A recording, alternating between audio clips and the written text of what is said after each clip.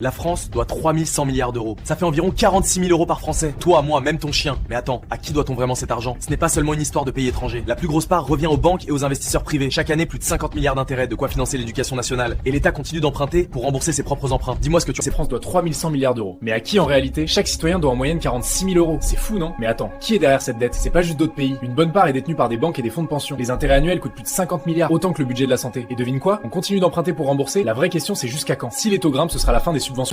La France a accumulé 3100 milliards d'euros de dette. Ça signifie que chaque Français porte l'équivalent de 46 000 euros de dette. Insensé, non? Mais à qui ce montant est-il dû? Ce n'est pas uniquement aux autres nations. En réalité, une grande partie revient à des institutions financières et à la BCE. Rien qu'en intérêt, la France paye plus de 50 milliards d'euros chaque année. De l'argent qui pourrait financer l'éducation nationale. Et l'État continue d'emprunter. La France doit 3100 milliards d'euros. Chaque Français porte en moyenne 46 000 euros de dette. Étonnant, hein? Mais attends, à qui devons-nous vraiment cet argent? Ce n'est pas seulement à d'autres États. Une part significative est détenue par des banques et des fonds d'investissement. Plus de 50 milliards d'euros d'intérêts chaque année, l'équivalent du budget de santé. Et l'État continue d'emprunter pour rembourser ses dettes existantes. La question